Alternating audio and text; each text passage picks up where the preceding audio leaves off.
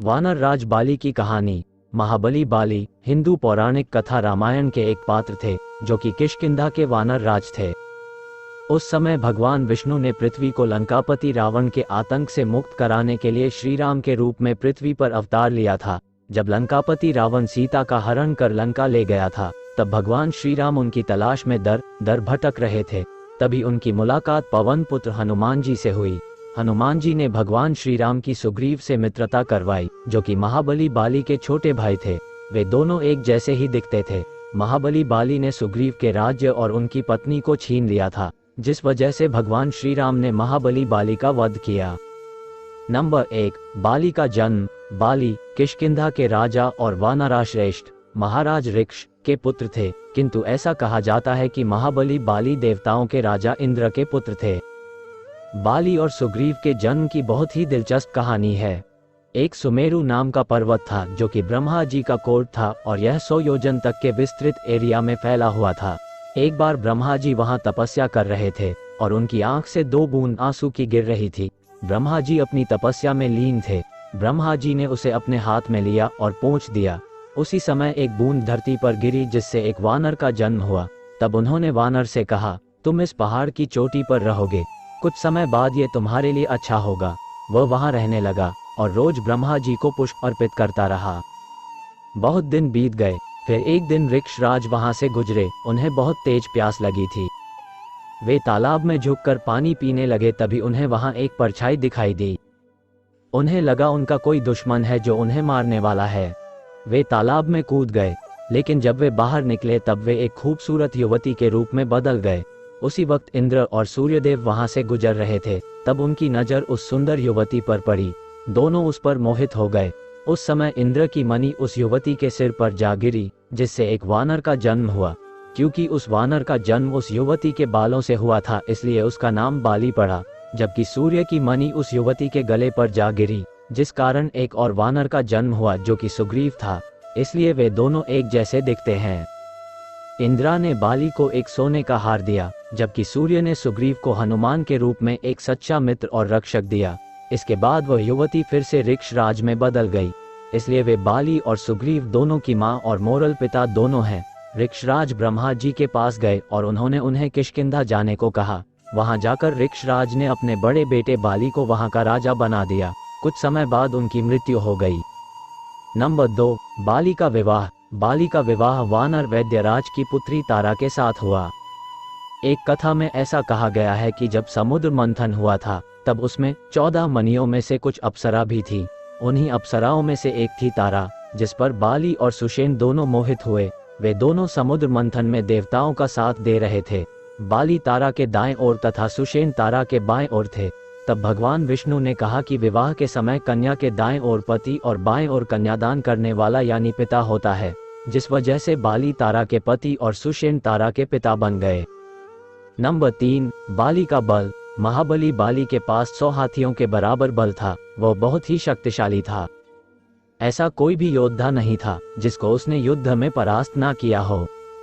ऐसा कहा गया है कि देवराज इंद्र ने बाली को एक हार दिया था, जिसे ब्रह्मा जी ने मंत्रमुक्त कर उसे वरदान दिया कि जब भी वह इसे पहनकर युद्ध में जाएगा तो उसके शत्रु की आधी शक्ति उससे छीनकर बाली को प्राप्त हो जाएगी, जिसके कारण वह और अधिक बलशाली हो गया।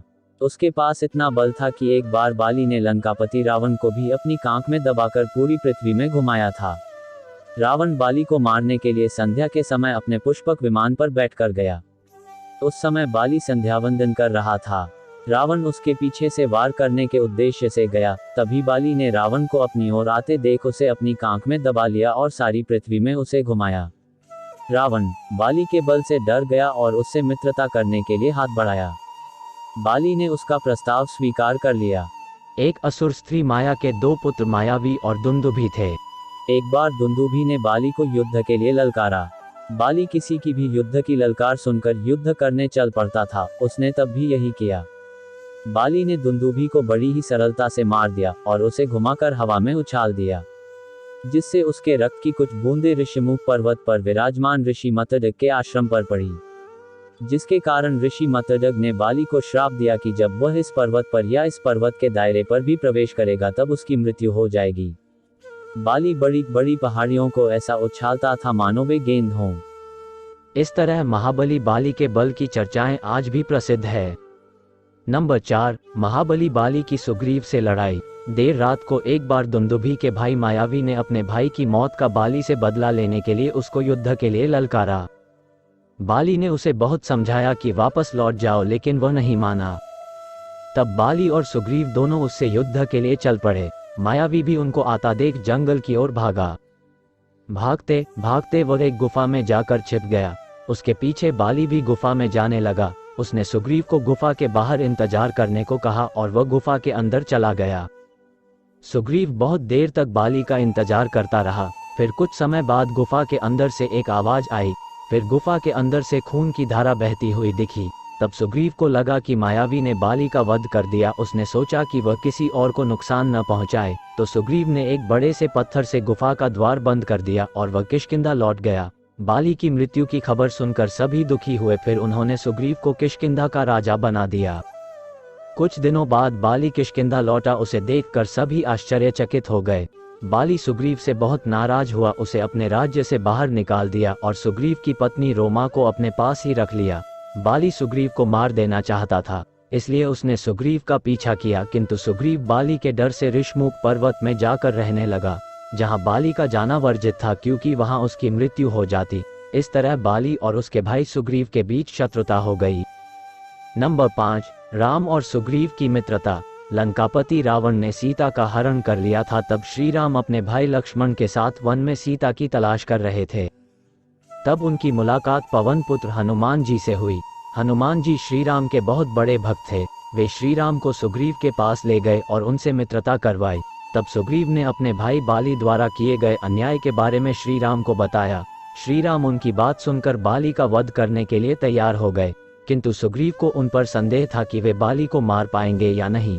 तब सुग्रीव ने श्री राम को बाली के बल के बारे में बताया। तब श्री राम ने कहा कि मैं आपको कैसे खुश कर सकता हूँ।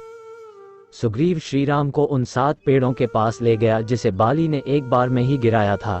सुग्रीव ने श्री राम से कहा, जो इन 7 पेड़ों को एक ही बाण से भेद सकता है वही बाली का वध कर सकता है। श्री राम ने सुग्रीव के दावे को स्वीकार किया और एक ही बाण से उन 7 पेड़ों को गिरा दिया, जिससे सुग्रीव को पूर्णतया विश्वास हो गया कि श्री राम बाली को अवश्य मार सकते हैं।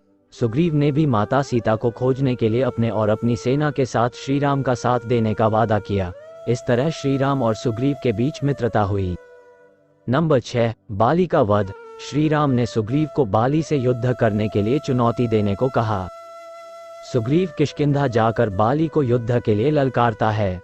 बाली उसकी ललकार सुनकर उससे युद्ध करने जाता है। तब सुग्रीव वन की ओर भाग जाता है और श्री राम अपने भाई लक्ष्मण और हनुमान के साथ छिपकर बाली को मारने की योजना बनाते हैं।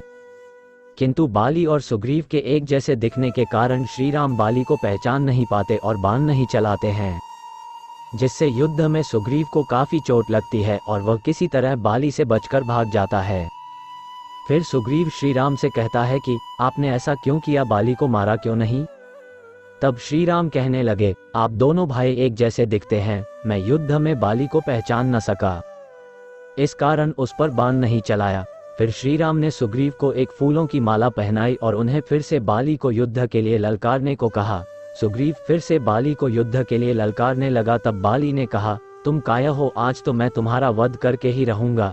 ऐसा कहकर दोनों के बीच युद्ध शुरू हो जाता है। श्री राम भी अब बाली को अच्छी तरह पहचान सकते थे। तब उन्होंने छिपकर बाली के ऊपर बाण चला दिया, जिससे वह धरती पर गिर गया और वे सभी उसे देखने चल दिए। नंबर 7, बाली के वध के बाद का संवाद। बाली के ऊपर बाण चलाने के बाद श्री राम उससे मिलने वहां पहुंचे। बाली ने सुग्रीव से कहा कि किसने मुझ पर छिपकर वार किया है।